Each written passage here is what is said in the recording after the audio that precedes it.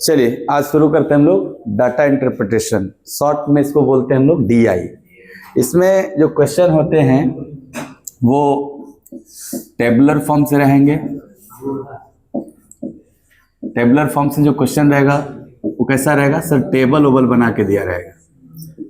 ऐसे टेबल में ये जो डेटा रहेगा ना, ऐसा टेबल वाइज ऐसे रहेगा। डेटा इसका टेबल में प्रेजेंट किया जाएगा।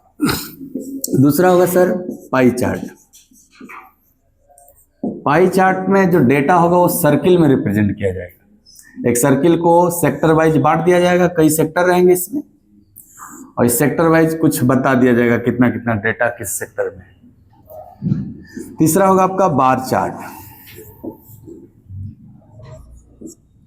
बार चार्ट में आप देखेंगे इन्हीं डेटा को, जिसको टेबल फॉर्म में लिखा, जिसको पाई चार्ट में लिखा, उन्हीं डेटा के लिए ऐसे बार चार्ट बना लेगा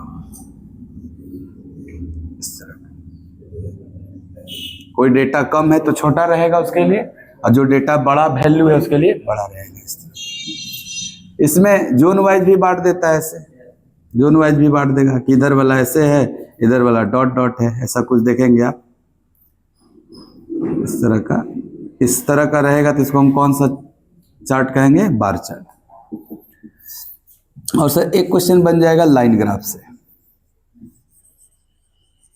लाइन ग्राफ से इसमें क्या होगा, एक्स एक्सिस और वाई एक्सिस में डेटा को सर लाइन के थ्रू ऐसे ऐसे रिप्रेजेंट कर दिया जाएगा।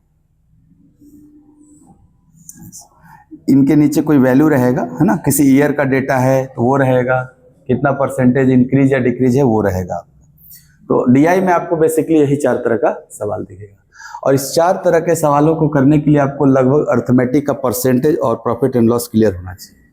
क्योंकि इसमें जो डेटा होता है, कभी परसेंट प्रॉफिट से सवाल कर लिया जाएगा, परसेंटेज से में मान लो जनसंख्या पे दिया है और परसेंटेज इंक्रीज पूछ लेगा, तो आपका अर्थमेटिक अच्छा होना चाहिए। वो अच्छा है ही, हो ही गया, इसीलिए पहले पढ़ाया जाता है कि परसेंटेज कैलकुलेशन अच्छा रहे, प्रॉफिट लॉस चैप्टर आपका अच्छा रहे।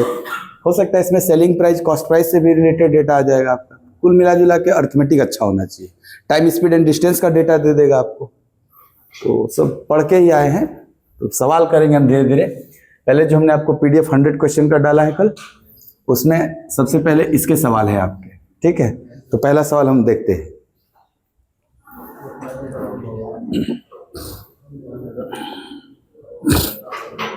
ऐसे आपको दिया हुआ है टेबुलर फॉर्म में, टेबुलर फॉर्म में डेटा अरेंज कर दिया है टेबल फॉर्म में। अब इस डेटा से आपसे क्वेश्चन पूछ लिया है कि 2013 से 2016 के दौरान B कारों का कुल उत्पादन। जैसे ही कुल उत्पादन बोल दिया तो 2013 से 2016 तक, ये ईयर दिया ना 2013 से 2016 तक, हमको B वाला टोटल ऐड कर लेना है। अच्छा, DI करने के लिए कैलकुलेशन स्पीड थोड़ी ज़्यादा होनी चाहिए, जल्दी जल्दी आपको जोड़ना है, जल्दी जल्दी घटाना है आपको। तो 2013 से 2016 के दौरान B कारों का जो कुल उत्पादन होगा, क्या वो B वाला ये है आपका रो 47, 55, 58, 54 तक जोड़ना पड़ेगा, तभी ना कुल उत्पादन होगा। तो बोल रहा है कि आप 47 प्लस 55 प्लस 58 प्लस 54, क्या ये 2013 से 16 तक B का कुल उत्पादन हो गया? किससे कंपेयर कर रहा है सर? 2017 के सभी प्रकार के कारों का। 2017 ये वाला है आपका कॉलम, 2017 ये वाला कॉलम, इसमें सब प्रकार का कार यानी A, B, C, D, E 5 प्रकार का कार लेना है आपको। तो देख लेते हैं वो क्या है। 64 प्लस 66 प्लस 72 प्लस 66 प्लस 62। तो इन दोनों में, इसके बारे में इससे अगर तुलना करके पूछ रहा है तो रेशियो चैप्टर में आप पढ़े हैं कि जो रियल वैल्यू में परसेंटेज चेंज होगा वो उसके रेशियो में भी सेम परसेंटेज चेंज होता है। तो आप इसको जोड़ लीजिए, कितना हो रहा है। अच्छा, जोड़ने का क्या तरीका है, जब भी 2 डिजिट का आएगा ना तो इकाई अंक छोड़ दीजिए और सीधे 50, 50, 100 और 50, 150 और 40, 150 और 40, 190। उसके बाद इकाई अंक जोड़ लेंगे। 190 के बाद 7, 5, 12, 12, 8, 20, 4, 24। 190 में 24 बढ़ा देना हमें, 214 आ गया ये वाला। चलिए इधर देखिए, इसको जोड़ते हैं। 60, 60, 120, 70, 190 और 60, 250 और 60, 310। अब इकाई अंक 10 और 10 20, 310 हुआ था और 20 बढ़ जाएगा तो 330। आप चाहें तो यहां से भी परसेंटेज चेंज देख सकते हैं या इसको काट के छोटा करके भी परसेंटेज चेंज देखेंगे, दोनों आंसर सेम आएगा। प्रश्न एक बार देखिए, 2017 के सभी प्रकार के कार के उत्पादन से लगभग कितना कम है, इसके बारे में पूछ रहा है ना, इससे पूछ रहा है कितना कम है। तो आपको 330 से 214 कितना कम दिख रहा है? 116 कम दिख रहा है। सर हमको ये 116 कम दिख रहा है, बट हमको रियल में नहीं बताना है ना कितना कम था, हमको परसेंटेज में बताना है। तो 116 की कमी कितने पे? 330 पे, और परसेंटेज के लिए गुणे 100 करेंगे। आप ध्यान से देखिए कैलकुलेशन। सर 330 से 110 होता तो 1/3 होता। सपोज ये 6 न आके अगर ऐसा आ जाता तो सीधा सीधी ना 1/3 था, और 1/3 होता तो 33.33% होता। लेकिन सर ये 110 से थोड़ा ज्यादा है ना 16, तो क्या 33.3 से थोड़ा ज्यादा होगा वैल्यू? 33.33 से थोड़ा ज्यादा। आप कहोगे सर इसके साथ चले जाएं क्या, तो ऑप्शन सी लगा लेंगे, पूरी कैलकुलेशन की जरूरत नहीं पड़ेगी।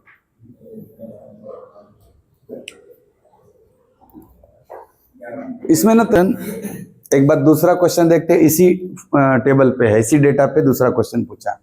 क्या पूछा? 2015 में टाइप बी और 2013 में टाइप सी। तो 2015 में टाइप बी 58, यहां लिखते हैं 58, एंड 2013 में टाइप सी ना, तो 2013 यहां ढूंढिए और टाइप सी ढूंढिए 52। इनका कुल उत्पादन को पूछ रहा है, ठीक है, किससे? तो सर 2013 और 14 में ई का, तो 2013 में ई है 43 और 14 में ई है 47, यानी 43 प्लस 47। तो सर ये अगर देखा जाए तो टोटल 110 हो जा रहा है, और ये देखा जाए तो 90। तो प्रश्न पूछ रहा है कि कुल उत्पादन का कितना प्रतिशत है। किसके बारे में पूछ रहा है? क्या ऊपर वाले के बारे में पूछ रहा है, नीचे वाला से? यानी जो पूछ रहा है 110 को पूछ रहा है क्या 90 से? पढ़ लो एक बार अच्छे से। 2015 में बी और 2013 में सी कारों का प्रतिशत, 2013 और 14 में टाइप ई कारों के कुल उत्पादन का कितना परसेंट है। ये तो नहीं ना पूछ रहा है कि उससे कितना परसेंट ज्यादा है, लेकिन अगर हम ये निकालने जाएंगे तो 100 प्लस आएगा। इसका मतलब यहां पूछना चाहिए कितना प्रतिशत अधिक या कम है। क्यों? क्योंकि ऑप्शन बड़ी छोटे छोटे दिए हुए हैं। कितना प्रतिशत अधिक या कम है, ऐसे पूछना चाहिए प्रश्न। तब आप कहोगे कि देखो सर ये 20 ज्यादा है ना, कितना ज्यादा है? 20। अब ये जो 20 ज्यादा है कितने पे? 90 पे। 90 से ना 20 ज्यादा है, और इंटू 100, 2/9। सर आपको याद है 1/9 11.11 होता था, तो 2/9 जो होगा क्या वो 22.22% होगा? आंसर हमारा 22.22% के लिए ऑप्शन नंबर डी हो जाएगा। तो यहां होना चाहिए क परसेंट अधिक या कम है। इसी डेटा पे आपसे तीसरा क्वेश्चन पूछा गया है। क्या पूछा गया है कि यदि टाइप डी कार के उत्पादन से संबंधित डेटा को पाई चार्ट द्वारा दर्शा दिया जाए। पाई चार्ट जो सर्किल में बना हुआ था हमारा पाई चार्ट, किसके डेटा को? डी कार के उत्पादन। क्या डी कार के उत्पादन 60, 53, 56, 65, 66 है? इन डेटा को बोल रहा है ना कि एक पाई चार्ट में आप दर्शा दीजिए। तो जब पाई चार्ट में आप दर्शाएंगे तो क्या ये ईयर वाइज कितने 1, 2, 3, 4, 5 है, तो हम 5 सेक्टर बनाएंगे। जैसे मान लो ये 4 सेक्टर है, एगो कोनों ऐसे बना लेंगे, 6 हो जाएगा क्या? 1, 2, 3, 4, 5 सेक्टर हो गए ना। जरूरी नहीं 90 डिग्री पे है, बट ऐसे बना लिए। एक सेक्टर हमारा 2013 का होगा, अगला 2014 का, अगला सेक्टर 2015 के डेटा को बताएगा, ये 2016 के डेटा को बताएगा, और ये 2017 के। यही बोला जो हमने आपको टेबल फॉर्म में दिया है वो आप पाई चार्ट फॉर्म में लिख लीजिए। तो पाई चार्ट में लिखेंगे तो कौन सा? डी का लिख रहे थे ना, तो 2013 में क्या है? 60, 14 में 53, 15 में 56। आपको लिखना नहीं है, बस मैं समझा रहा हूं कि करना कैसे है, ये क्या कहना चाह रहा था। 2016 में 65, और 2017 में 66। तो वही बोल रहा है कि आप डी कार के कुल उत्पादन को अगर पाई चार्ट द्वारा दर्शाएंगे तो ऐसा ही कुछ दर्शाएंगे।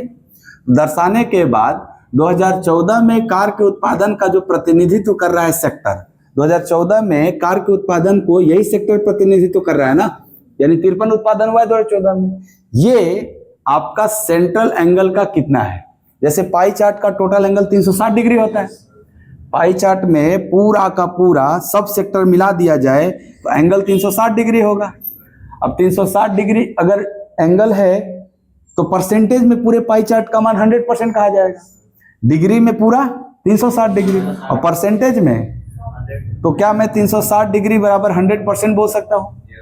यहां से आप एक चीज नोटिस करिए कि सर अगर 360 डिग्री बराबर 100% है तो क्या 10% बराबर 36 डिग्री कह सकते हैं?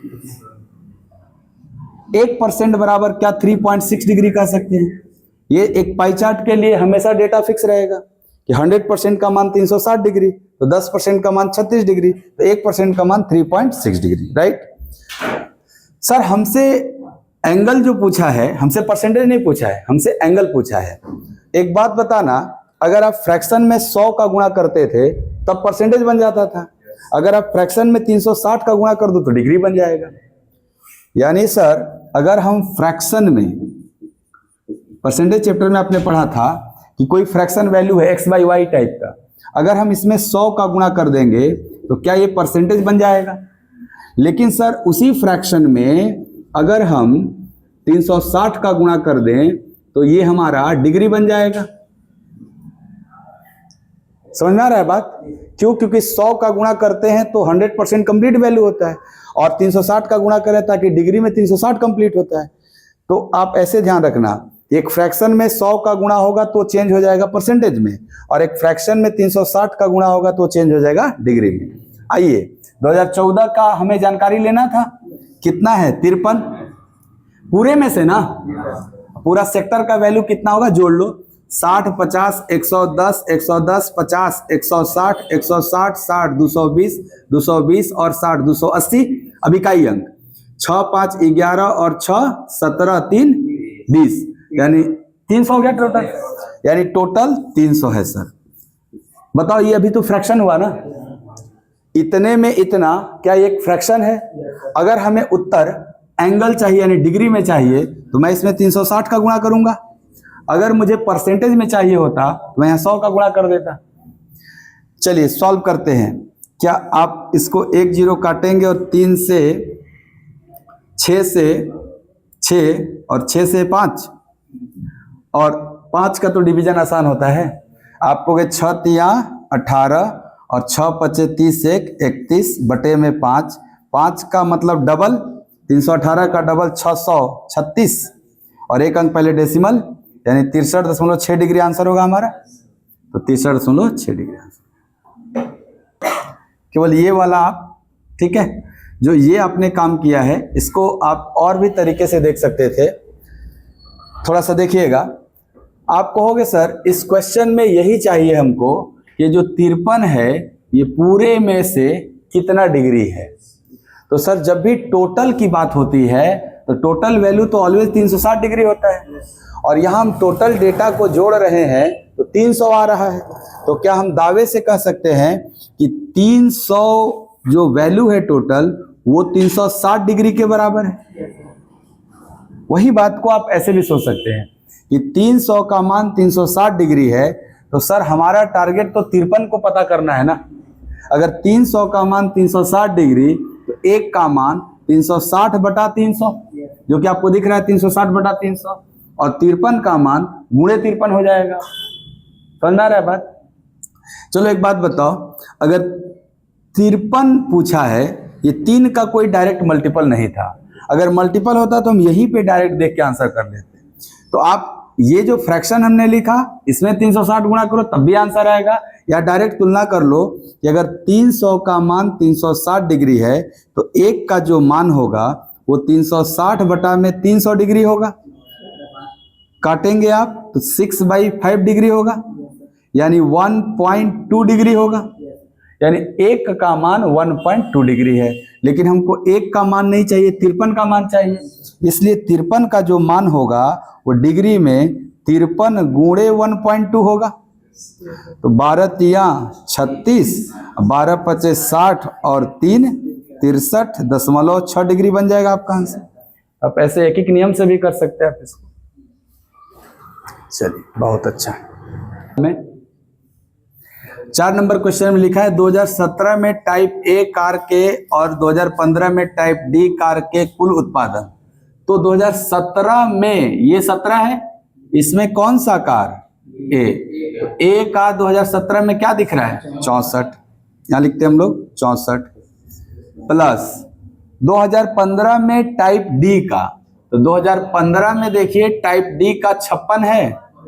इन दोनों का मिला के बोल रहा है किसके साथ? सर 2013 में बी और ई का। तो 2013 में बी देखेंगे तो 47 और ई देखेंगे तो 43, यानी इन दोनों का टोटल हो जाएगा 47 प्लस 43 का अनुपात बताइए क्या है?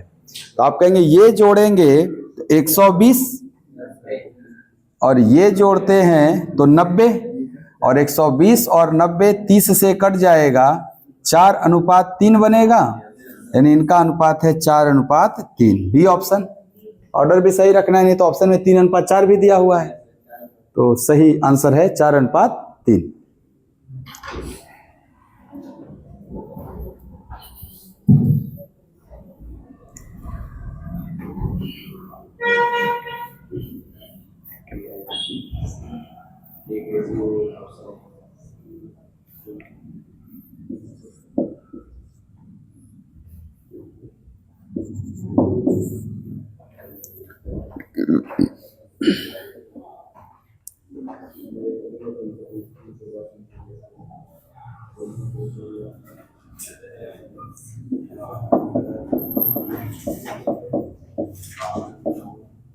चार्ट 2016 में कारों के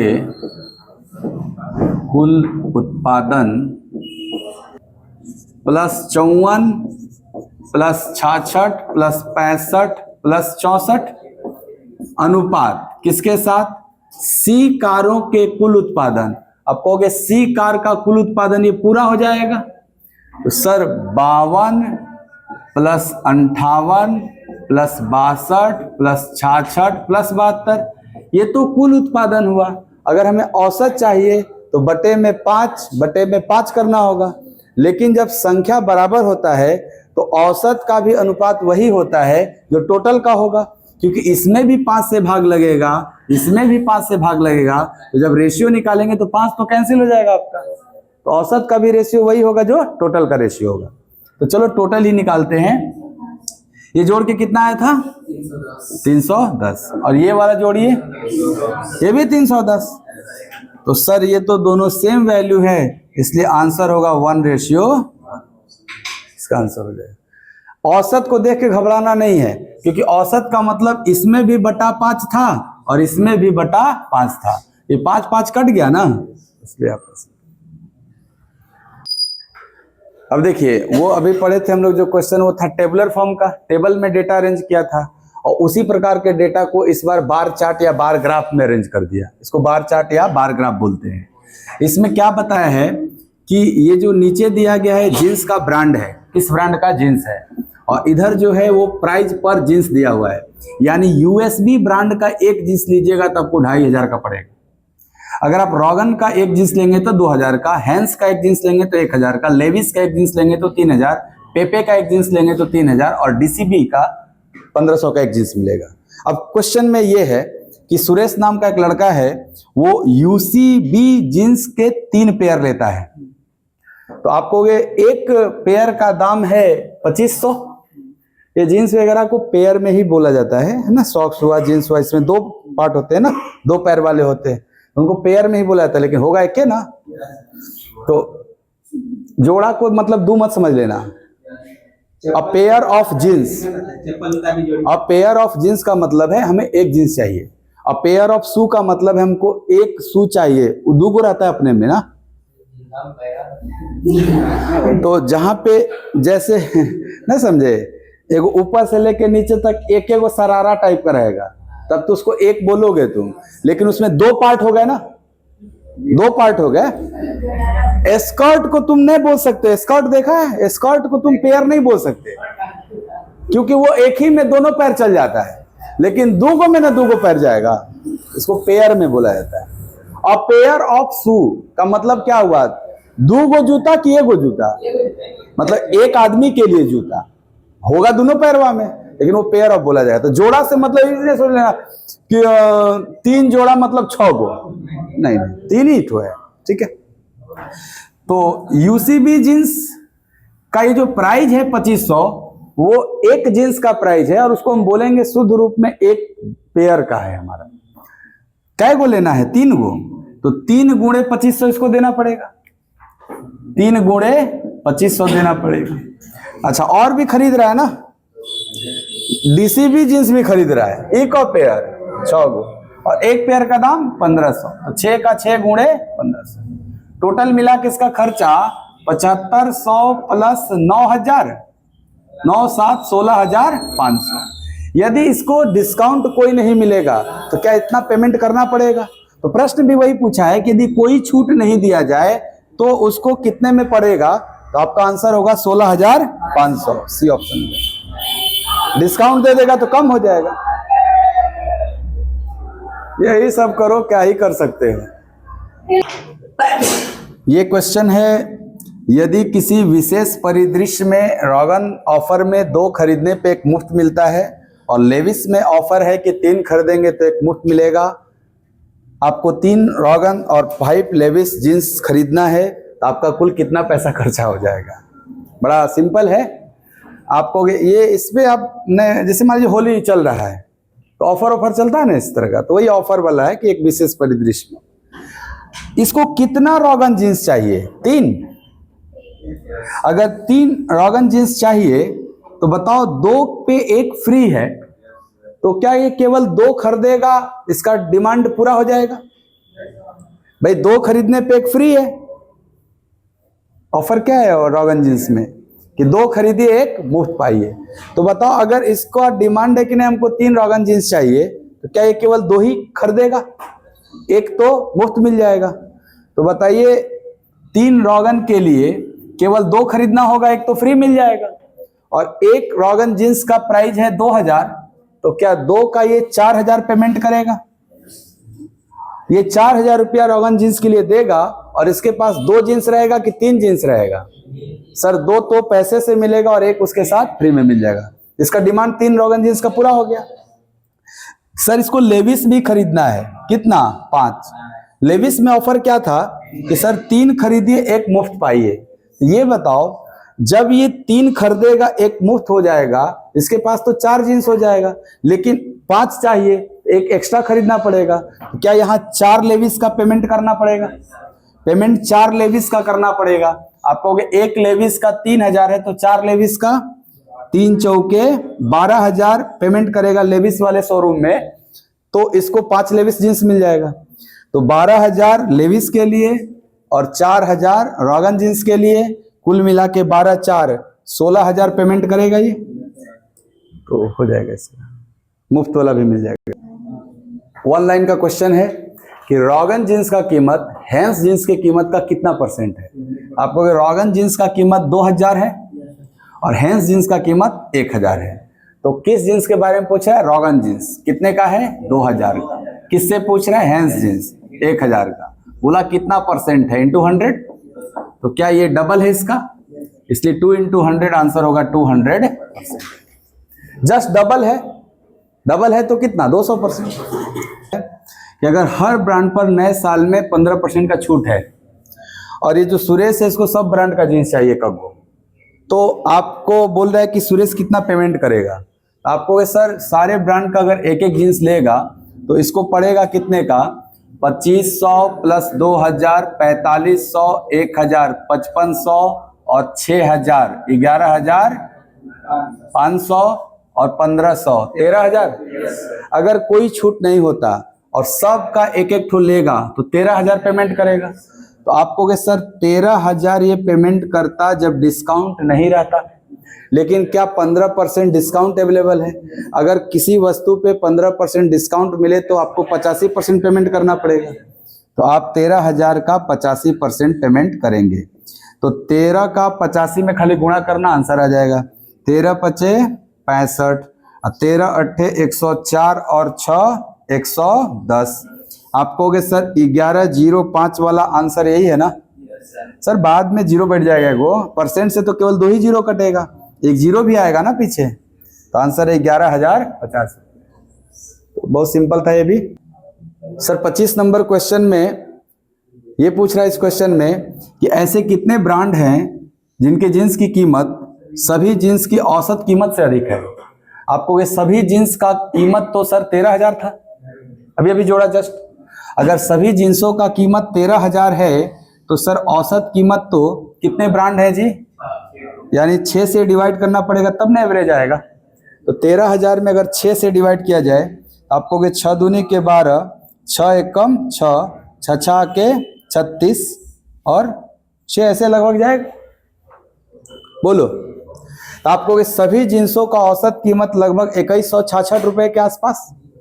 और सर इस औसत कीमत से कितने ऐसे जींस हैं जो अधिक कीमत वाले हैं? तो आप कहोगे सर 2166 से अधिक एक 2500 वाला होगा काउंट, सर एक 3,000 वाला और ये 3,000 वाला, ये 3 जींस 2100 से ज्यादा महंगे हैं ना। तो आपका आंसर कौन सा ऑप्शन होगा? कितने जींस का कीमत औसत कीमत से अधिक है? 3 जींसों का।